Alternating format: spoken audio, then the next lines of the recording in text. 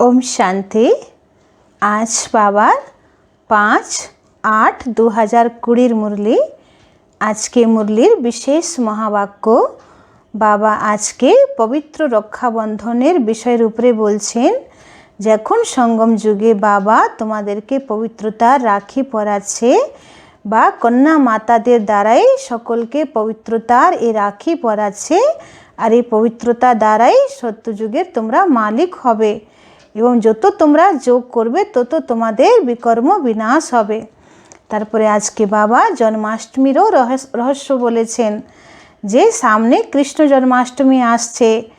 তো বাস্তবে এটা তো একটা প্রতীক হিসাবে পালন করা হচ্ছে, কিন্তু সত্যি করে কৃষ্ণ জন্মাষ্টমী তো সামনে আসছে, সত্যযুগ আসবে, কৃষ্ণের জন্ম হবে। তো বাবা বললেন যখন সমস্ত ধর্মের বিনাশ হয়ে যাবে, অনেক অধর্মের যখন বিনাশ হয়ে যাবে, তারপরে কৃষ্ণের জন্ম হবে। তো তোমরা এই রহস্য সবাইকে জানাও যে কৃষ্ণের আত্মাও এখন তার অন্তিম জন্মে, তার 84 জন্মের এই শেষ জন্মে সেও শিব বাবা থেকে রাজযোগ শিখছে, জ্ঞান যোগের পড়া করছে, আর তারপরে সেই আত্মাই সম্পূর্ণ হয়ে কৃষ্ণ পদ পাবে। তো বাবা বলছেন আমি লক্ষ্মী নারায়ণকে যা বর্ষা দিয়েছি, রাধা কৃষ্ণকেও আমি সেই বর্ষা দিয়েছি। কেন, যে রাধা কৃষ্ণ হবে সেই তো লক্ষ্মী নারায়ণ হবে। কিন্তু বাবা বলছেন যে রাধের রাজধানী আলাদা হবে আর কৃষ্ণের রাজধানী আলাদা হবে। তারপরে যখন তাদের স্বয়ম্বর হবে তখন তারা একই জায়গায় থাকবে। তো এইভাবে বাবা কৃষ্ণ বা রাধের উপরে বা লক্ষ্মী নারায়ণের উপরেও আজকে মুরলিতে অনেক কিছু বলেছেন। তারপরে বাবা বলছেন যে সাধু সন্ন্যাসীরা তো ব্রহ্মতত্ত্বকে তারা ভগবান মেনে নিয়েছে, আর ওরা ভাবে যে আমরা ব্রহ্মে লীন হয়ে যাব। তো আত্মা যে অনাদি অবিনাশী, সে অনাদি অবিনাশী আত্মাকে, চৈতন্য আত্মাকে ওরা ব্রহ্মে লীন করে জড় করতে চাইছে। তো বাবা বলছে ওদের পুরো থিওরিটাই আলাদা। তো তোমরা তো সত্যি করে জানো যে ব্রহ্মতত্ত্ব হচ্ছে আমাদের থাকার বাড়ি, আমাদের বাসস্থান, আর সেখানে মালিক হচ্ছে শিব বাবা, ব্রহ্মাণ্ডের মালিক। তো আমরাও ব্রহ্মাণ্ডের মালিক। তো আমরা পরমধামে বিশ্রাম করতে যাই, কিন্তু ব্রহ্মে আমরা লীন হতে যাই না। তো আসুন এবার আমরা পুরো মুরলি বিস্তারিতভাবে শুনব। मीठे बच्चे, यह पुरुषोत्तम संगम युग कल्याणकारी युग है। इसमें ही पढ़ाई से तुम्हें श्री कृष्णपुरी का मालिक बनना है। বাবা বলছেন যে সঙ্গম যুগের এই কল্যাণকারী যুগে যখন আমরা বাবার ঈশ্বরীয় পড়াই দ্বারা শ্রীকৃষ্ণপুরীর মালিক হব। আজকে বাবা প্রশ্ন জিজ্ঞেস করছেন, बाप माताओं पर ज्ञान का कलश क्यों रखते हैं? कौन सी एक रिवाज भारत में ही चलती है? बाबा प्रश्न करছেন बाबा माताদের উপরে জ্ঞানের কলস কেন রেখেছেন, আর এই ব্যাপারে ভারতবর্ষে কি একটা রসম চলছে, কি একটা রিবাজ চলছে? বাবা উত্তরে বলছেন पवित्रता की राखी बांध सबको पतित से पावन बनाने के लिए बाप माताओं पर ज्ञान का कलश रखते हैं। रक्षाबंधन का भी भारत में ही रिवाज है। बहन भाई को राखी बांधती है, यह पवित्रता की निशानी है। बाप कहते बच्चे तो माँ मेकम याद करो तो पावन बन पावन दुनिया के मालिक बन जाएंगे। সঙ্গম যুগে বাবা মাতাদের উপরে জ্ঞানের কলস রেখেছেন, আর মাতারা কন্যারাই ভাইদেরকে পবিত্রতার রাখি পরাচ্ছে, আর এই পবিত্রতার রাখি দ্বারাই পবিত্র হয়ে বাবা বলছেন তোমরা সত্যযুগের মালিক হবে। আজকের মুরলির গান ভোলেনাথ সে নিরালা কোই और नहीं। ভোলেনাথ বাবা থেকে সুন্দর কেউ নাই। ओम शांति। यह है भोलेनाथ की महिमा जिसके लिए कहते हैं देने वाला है। तुम बच्चे जानते हो श्री लक्ष्मी नारायण को यह राज्य भाग्य किसने दिया? जरूर भगवान ने दिया होगा, क्योंकि स्वर्ग की स्थापना तो वही करते हैं ना। स्वर्ग की बादशाही भोलेनाथ ने जैसे लक्ष्मी नारायण को दी, वैसे ही कृष्ण को दी। राधे कृष्ण अथवा लक्ष्मी नारायण की बात तो एक ही है। बाबा बोलছেন যে লক্ষ্মী নারায়ণকে আমি যা দিয়েছি তার মানে রাধা কৃষ্ণকেও তাই দিয়েছি, কেননা রাধা কৃষ্ণই লক্ষ্মী নারায়ণ হচ্ছে। কিন্তু রাধের রাজধানী আলাদা আর কৃষ্ণের রাজধানী আলাদা ছিল। পরে যখন দুজনার स्वयंवर হচ্ছে তখন একই রাজ্যে আসলেন। परंतु राजधानी है नहीं, उन्हों को सिवाय परमपिता परमात्मा के कोई राज्य दे नहीं सकते। उन्हों का जन्म स्वर्ग में ही कहेंगे। यह तुम बच्चे ही जानते हो। तुम बच्चे ही जन्माष्टमी पर समझाएंगे। कृष्ण की जन्माष्टमी है तो राधे की भी होनी चाहिए, क्योंकि दोनों ही स्वर्ग के वासी थे। बाबा একটু হাসি করছেন যে যদি কৃষ্ণের জন্য জন্মাষ্টমী পালন হয় তাহলে রাধারও জন্মাষ্টমী হওয়া উচিত, কেন তারা দুজনেই সত্যযুগের বাসী ছিল। तो राधे कृष्ण ही स्वयंवर के बाद फिर लक्ष्मी नारायण बनते हैं। मुख्य बात कि उन्हों को यह राज्य किसने दिया, यह राजयोग कब और किसने सिखाया? स्वर्ग में तो नहीं सिखाया होगा, सतयुग में तो वह है ही उत्तम पुरुष। बाबा बोलছেন যে সত্যযুগে তো ওরা তৈরি হয়ে গেছে, কিন্তু তার আগে ওদেরকে তো পুরুষার্থ করতে হয়েছে, রাজযোগ করতে হয়েছে। তাহলে তাদেরকে রাজযোগ কে শেখালেন? বাবাই শিখিয়েছেন। जो फिर नए जन्म में राजाई प्राप्त की है, पुरानी दुनिया से नई पावन दुनिया बनती है।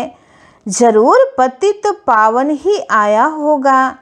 अब संगम युग पर कौन सा धर्म होता है यह किसी को पता नहीं। पुरानी दुनिया और नई दुनिया का यह है पुरुषोत्तम संगम युग जो गाया हुआ है। बाबूजी একদম কলিযুগ থেকে শতযুগ যে আসছে, তো তার মধ্যে তার মাঝখানে একটা সন্ধিক্ষণ তো হবে। তো সেই সন্ধিক্ষণকেই পুরুষোত্তম সঙ্গম যুগ বলা হয়, যে সময় কল্যাণকারী শিব বাবা এসে আমাদেরকে একদম শূদ্র থেকে ব্রাহ্মণ, আবার ব্রাহ্মণ থেকে দেবতা বানাচ্ছেন। তো সঙ্গম যুগের এই 100 বছরের লিপ যুগকে কেউ জানে না। यह लक्ष्मी नारायण है नई दुनिया के मालिक। इन्हों की आत्मा को आगे जन्म में परमपिता परमात्मा ने राजयोग सिखाया, जिस पुरुषार्थ की प्रारब्ध फिर से नए जन्म में मिलती है। इनका नाम ही है कल्याणकारी पुरुषोत्तम संगम युग। जरूर बहुत जन्मों के अंत के जन्म में ही इन्हों को कोई ने राजयोग सिखाया होगा। बाबा खूब गभीर रहस्येर कथा बोलছেন যে কৃষ্ণের যে আত্মা, তার বহু জন্মের অন্তিম জন্মেরও অন্তিম সময়ে সে আত্মা রাজযোগ দ্বারা এই কৃষ্ণ রূপ আবার পেয়েছে, দেবত্ব আবার পেয়েছে। तो कलयुग में है अनेक धर्म, सतयुग में था एक देवी देवता धर्म। संगम पर कौन सा धर्म है जिससे यह पुरुषार्थ कर राजयोग सीखे और सतयुग में प्रारब्ध भोगी? समझा जाता है संगम युग पर ब्रह्मा द्वारा ही ब्राह्मण पैदा हुए हैं। बाबा बोलছেন যে কলিযুগে অনেক ধর্ম আর সত্যযুগে একই ধর্ম, আদি সনাতন দেবী দেবতা ধর্ম। তাহলে সঙ্গম যুগে কোন ধর্ম হবে? तो संगम जुगे ব্রহ্মা দ্বারা ব্রাহ্মণ ধর্ম রচনা হলো, আর সেই ব্রাহ্মণরাই पुरुषार्थ द्वारा देवी देवता হয়েছেন। तो चित्र में भी ब्रह्मा द्वारा स्थापना कृष्णपुरी की, विष्णुपुरी अथवा नारायणपुरी कहो, बात तो एक ही है। अभी तुम जानते हो हम कृष्णपुरी के मालिक बनते हैं। इस पढ़ाई से और पावन बनने से शिव भगवानुवाच है ना, कृष्ण की आत्मा ही बहुत जन्मों के अंत में फिर यह बनती है, 84 जन्म लेते हैं ना। यह है 84वां जन्म। बाबा बोलছেন কৃষ্ণের আত্মার एक ब्रह्मा रूप, এটা হচ্ছে ওনার 84वां जन्म। नहीं तो फिर ब्रह्मा कहाँ से आया? ईश्वर ने रचना रची तो ब्रह्मा विष्णु शंकर कहाँ से आए? कैसे रचा? क्या छू मंतर किया जो पैदा हो गए? तो बाप ही उन्हों की हिस्ट्री बताते हैं। बाबा बोलছেন भक्ति मार्गे तो अनेक रकम गल्प দেখিয়েছেন যে ভগবান কি করে সৃষ্টি রচনা করলেন। তো দেখানো হয়েছে যে একজন জ্যোতি ছিল, সেই জ্যোতির মধ্যে একটু সংকল্প এলো, তো ওনার সংকল্প শক্তি দ্বারা বিষ্ণুর উৎপত্তি হলো, আবার বিষ্ণুর নাভিপদ্ম থেকে ব্রহ্মার উৎপত্তি হলো। এবার দুজন দুজনকে তাকাচ্ছে যে তুমি কোথায় থেকে এলে আর তুমি কোথায় থেকে এলে। তখন গল্প আছে যে বলল যে আমাদেরকে রচনা কে করলো তাকে তো আমরা বুঝতে পারছি না। তো তারা যখন খুব কনফিউজ অবস্থায় ছিল তখনই সে জ্যোতি আবার প্রকট হলো, আর সেই জ্যোতি বলছে যে তোমরা আমার আদি অন্ত খুঁজতে চাইছো, কিন্তু আমাকে তোমরা আমার আদি অন্ত পাবে না। তখন কি হলো, জ্যোতি একটা বিশাল আকার ধারণ করলো, ধারা, একটা জ্যোতির লাইন ধারা তৈরি হলো। আর একজনকে বলা হলো যে তুমি উপরের দিকে যাও, একজনকে বলা হলো নিচের দিকে যাও। তখন ব্রহ্মা আর বিষ্ণুর মধ্যে একজন উপরের দিকে জ্যোতির অন্ত খুঁজতে যাচ্ছে আর একজন নিচের দিকে। অনেক বহু যুগ পার হয়ে গেল, তাও ওরা আদি বা অন্ত খুঁজতে পায়নি। আবার তখন নিজের নিজের জায়গায় ফিরে আসলো। তখন সেই জ্যোতি আবার প্রকট হলো আর বলল যে তোমরা এইভাবে আমার আদি অন্ত পাবে না, আমি অনাদি অবিনাশী। তো আমার আদি অন্ত খুঁজে সময় নষ্ট না করে আমি তোমাদেরকে যেভাবে ডাইরেকশন দিচ্ছি সেরকম কাজ করো। তখন ব্রহ্মাকে ডাইরেকশন দিলেন যে তুমি একটা নতুন সৃষ্টি রচনা করো। আর তখন দেখানো হচ্ছে যে ব্রহ্মার দ্বারা পঞ্চভূত তৈরি হলো, ক্ষিতি অব তেজ মরুদ্ভূম। এইভাবে ভক্তি মার্গে অন্যরকম সৃষ্টি রচনার বৃত্তান্ত দেখানো হয়েছে। কিন্তু বাবা তো বলছেন যে আমি তো এইভাবে সৃষ্টি রচনা করি না, আমি প্র্যাকটিক্যালি নিচে আসি আর এসে ব্রহ্মার শরীরে প্রবেশ করে তখন একটা নতুন সৃষ্টি রচনা করছি, মানে দেব সৃষ্টির বাবা রচনা করছেন। तो क्या छू मंतर किया जो पैदा हो गए? बाप ही उन्हों की हिस्ट्री बताते हैं। एडाप्ट किया जाता है तो नाम बदलते हैं। ब्रह्मा नाम तो नहीं था ना, कहते हैं बहुत जन्मों के अंत में तो जरूर पतित मनुष्य हुआ। ब्रह्मा कहाँ से आया किसी को भी पता नहीं। बहुत जन्मों के अंत का जन्म किसका हुआ? वो तो लक्ष्मी नारायण ने ही बहुत जन्म लिए हैं। नाम रूप देश काल बदलता जाता है। कृष्ण के चित्र में 84 जन्मों की कहानी क्लियर लिखी हुई है। जन्माष्टमी पर कृष्ण के चित्र भी बहुत बिकते होंगे, क्योंकि कृष्ण के मंदिर में तो सब जाएंगे ना। সামনে জন্মাষ্টমী আসছে, তো বাবা বলছে কত কৃষ্ণের চিত্র বিক্রি হবে, সবাই কৃষ্ণের মন্দিরে যায়, বাড়িতে কৃষ্ণের পুজো করে। तो राधे कृष्ण के मंदिर में ही जाते हैं। कृष्ण के साथ राधे जरूर होगी। राधे कृष्ण प्रिंस प्रिंसेज ही लक्ष्मी नारायण महाराजा महारानी बनते हैं। उन्होंने ही 84 जन्म लिए, फिर अंत के जन्म में ब्रह्मा सरस्वती बने। बहुत जन्मों के अंत में बाप ने प्रवेश किया है और इनको ही कहते हैं तुम अपने जन्मों को नहीं जानते हो। तुम पहले जन्म में लक्ष्मी नारायण थे, फिर यह जन्म लिया। उन्होंने अर्जुन का नाम कह दिया, अर्जुन को राजयोग सिखाया, अर्जुन को अलग कर दिया, परंतु उनका नाम अर्जुन है नहीं। ब्रह्मा का जीवन चरित्र चाहिए ना। बाबा बोलছেন আমি যার শরীরে এসেছি আর যাকে আমি জ্ঞান শোনাচ্ছি সে হচ্ছে ব্রহ্মা, তার নাম হচ্ছেন ব্রহ্মা, কিন্তু ভক্তি মার্গে গীতাতে তাকে অর্জুন রূপে দেখানো হয়েছে। তো বাবা বলছেন যে ব্রহ্মার তো জীবন চরিত্র আছে, তো এই ব্রহ্মাই সত্যযুগে গিয়ে আবার কৃষ্ণ বা নারায়ণ হচ্ছে। परंतु ब्रह्मा और ब्राह्मणों का वर्णन कहाँ भी नहीं है, तो यह बातें बाप ही बैठ समझाते हैं। सब बच्चे सुनेंगे, फिर बच्चे औरों को समझाएंगे।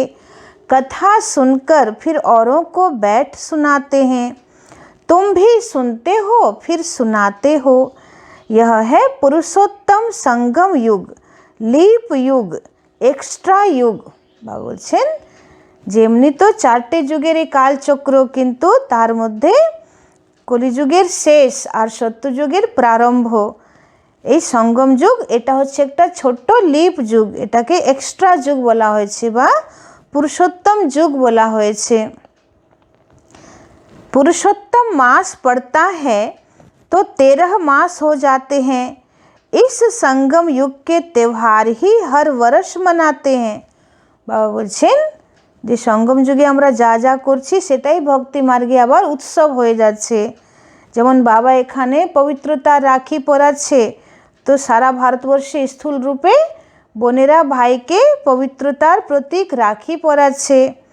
তারপরে এখন বাবা আমাদেরকে দেবী দেবতা বানাচ্ছে, তো রাখি বন্ধনের পরেই আমরা কৃষ্ণ জন্মাষ্টমী পালন করি। সঙ্গম যুগে শিব বাবা অবতীর্ণ হয়েছেন, তো আমরা শিবরাত্রি পালন করছি। এখনই সঙ্গম যুগে বাবা আমাদেরকে রাবণের উপরে বিজয় প্রাপ্ত করাচ্ছেন, তো আমরা বিজয়া দশমী পালন করছি। এভাবে সব কিছু সঙ্গম যুগেরই উৎসব বা यादगार। तो इस पुरुषोत्तम संगम युग का किसी को पता नहीं।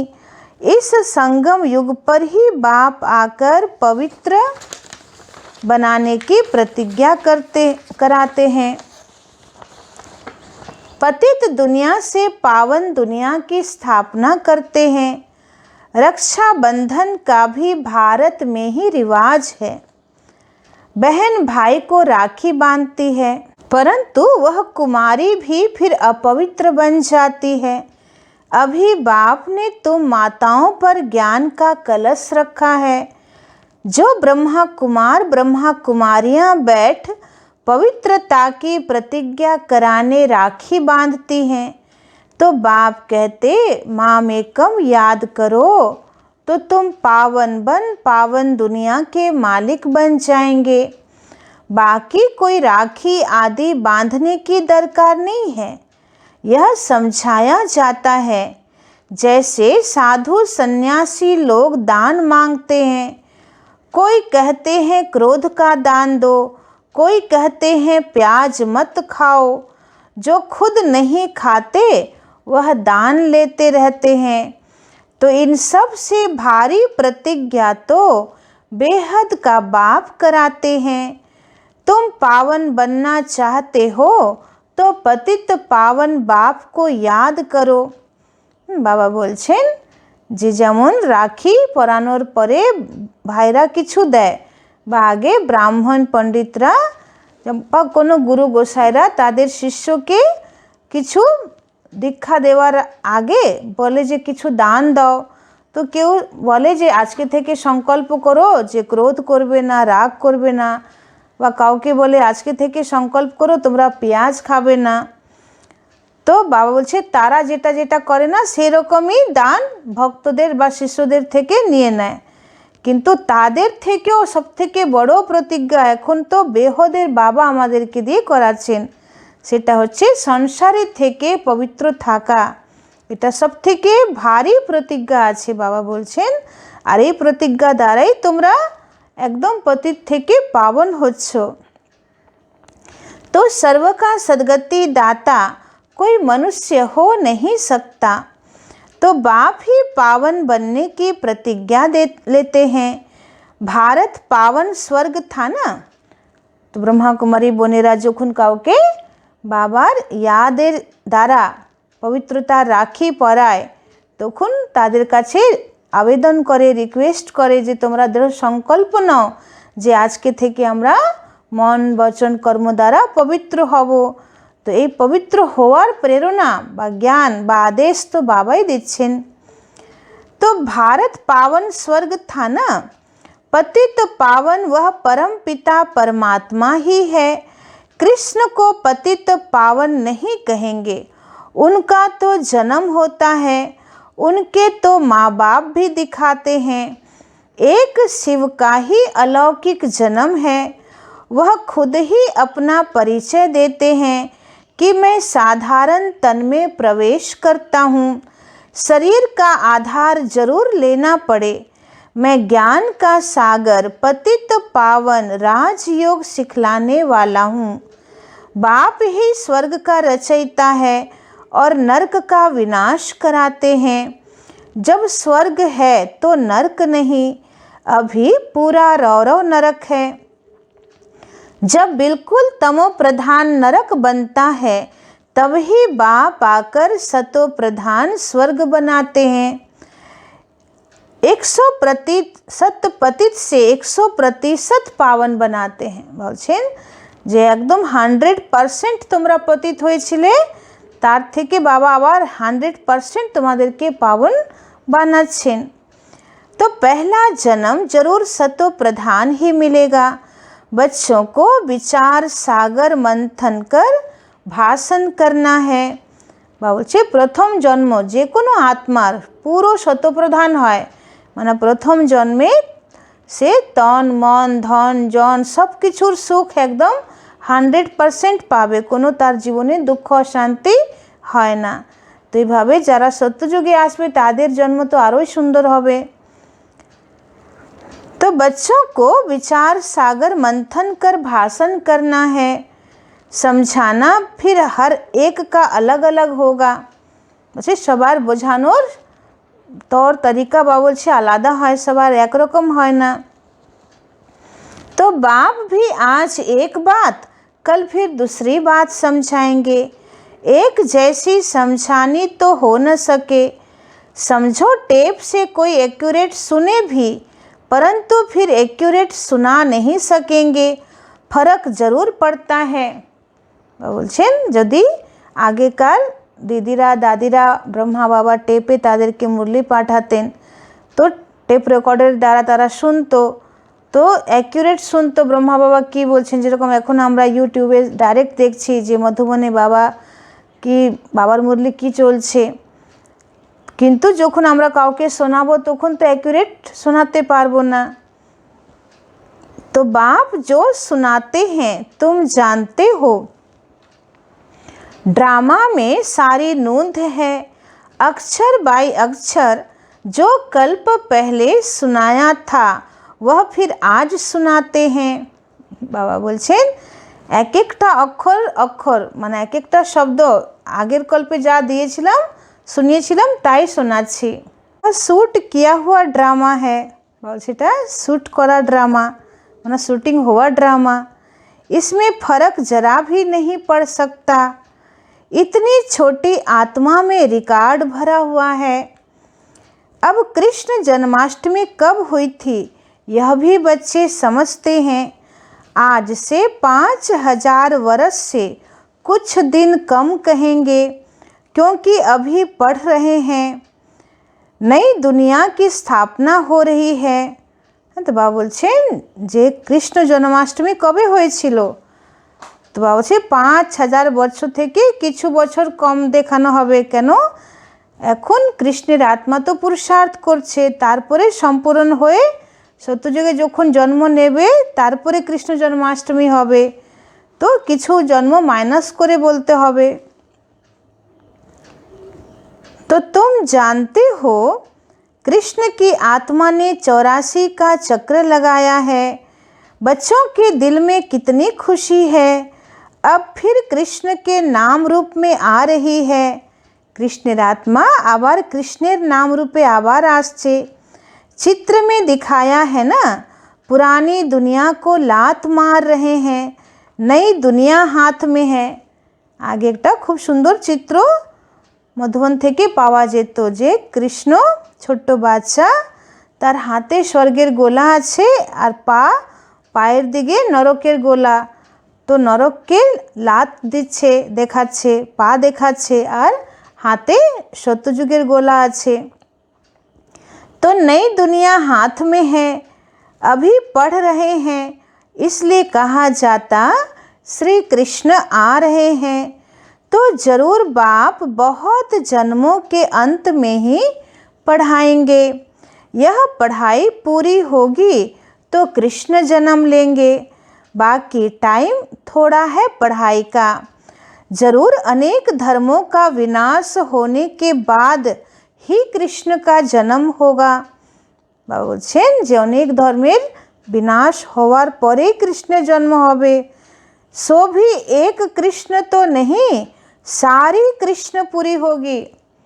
बस शुधु एकटा कृष्ण ना, किन्तु कृष्णेर मतन अनेक देव सन्तान जन्म नेबे, नाम ही होच्छे कृष्णपुरी। तो यह ब्राह्मण ही हैं जो फिर यह राजयोग सीख देवता पद पाएंगे। देवताएं बनते ही हैं नॉलेज से, तो बाप आकर मनुष्य से देवता बनाते हैं पढ़ाई से। यह पाठशाला है, इसमें सबसे जास्ती टाइम लगता है। पढ़ाई तो सहज है, बाकी योग में है मेहनत। तुम बता सकते हो कृष्ण की आत्मा अब राजयोग सीख रही है।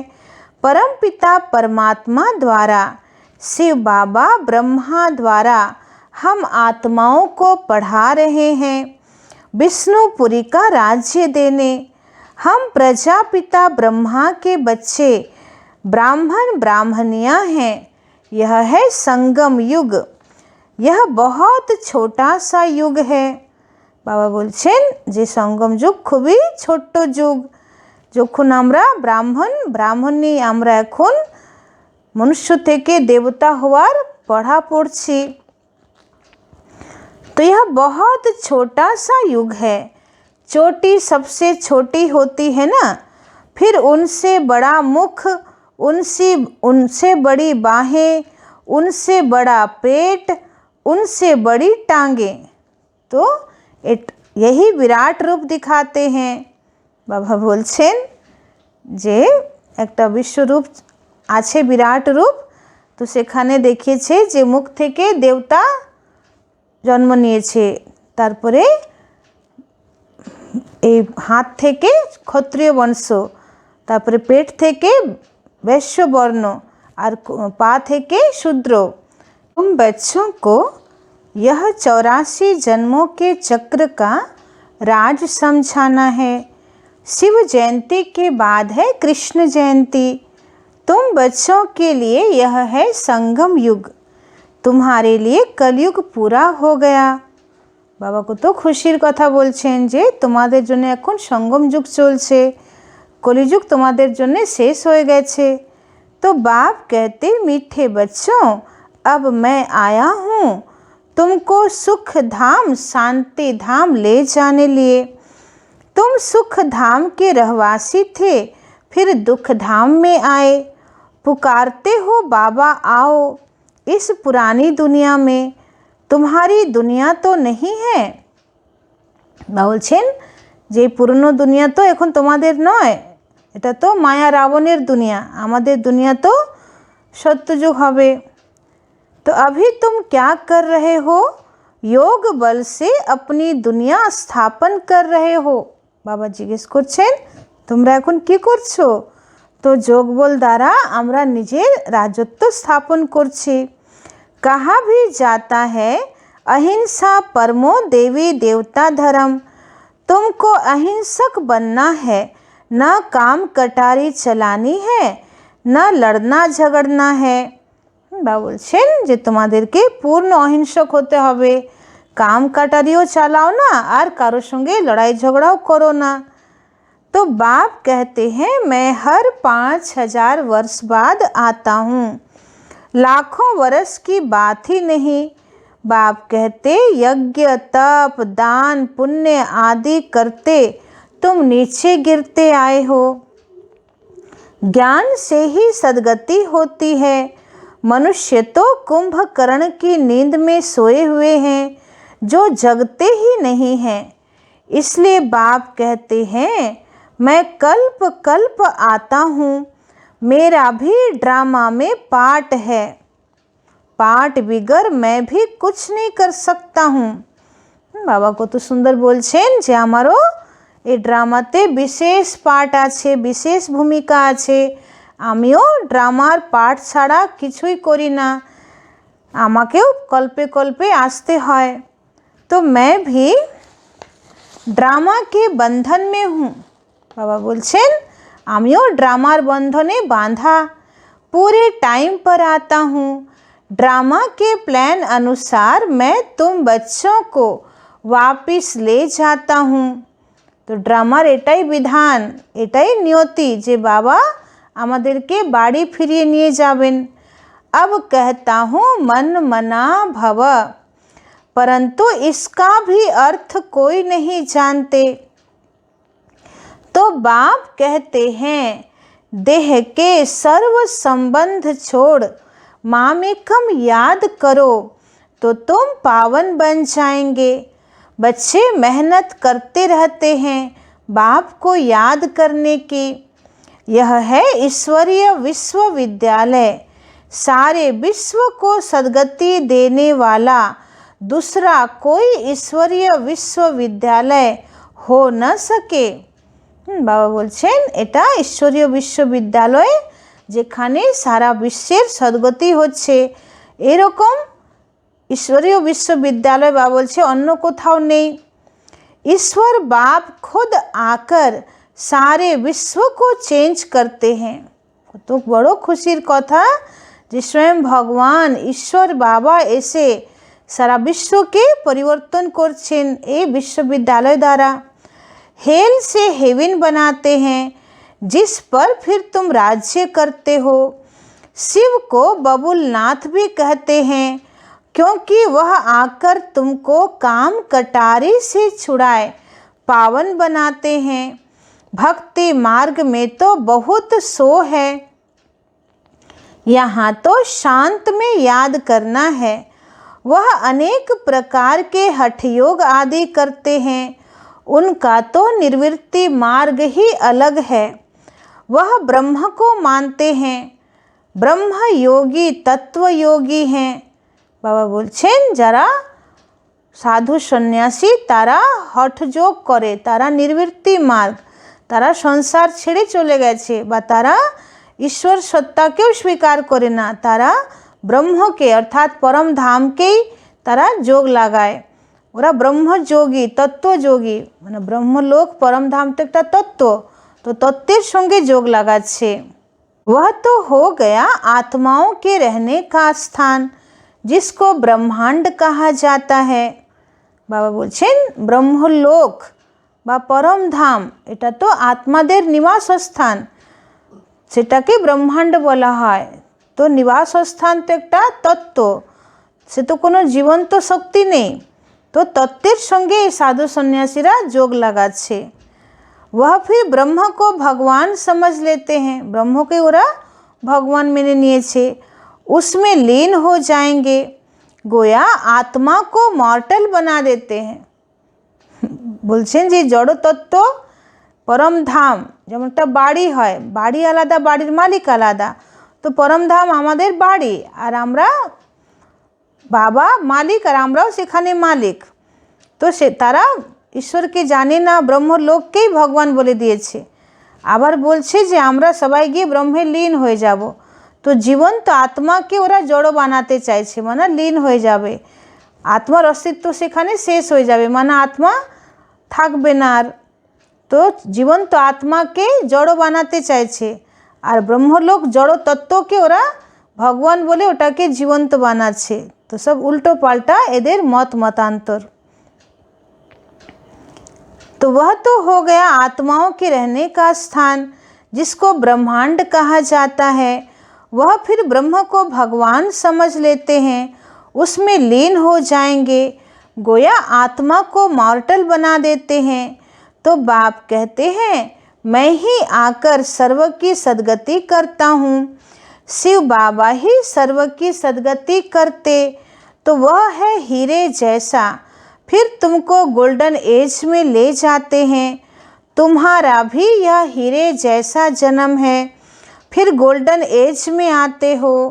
यह नॉलेज तुमको बाप ही आकर पढ़ाते हैं, जिससे तुम देवता बनते हो। फिर यह नॉलेज प्रायः लोप हो जाती है। इन लक्ष्मी नारायण में भी रचता और रचना की नॉलेज नहीं है। बाबा बोलছেন যে লক্ষ্মী নারায়ণের মধ্যেও রচয়িতা আর রচনার জ্ঞান নেই। अच्छा, मीठे मीठे सिखी लदे बच्चों प्रति माता पिता बाप दादा का याद प्यार और गुड मॉर्निंग। रूहानी बाप की रूहानी बच्चों को नमस्ते। हम रूहानी बच्चों की रूहानी बाप दादा को पदम गुना नमस्ते नमस्ते नमस्ते। सदा रहेंगे हंसते, बनेंगे फरिश्ते, चलेंगे परम धाम के सीधे रास्ते। एबार धारणार मुख्य सार।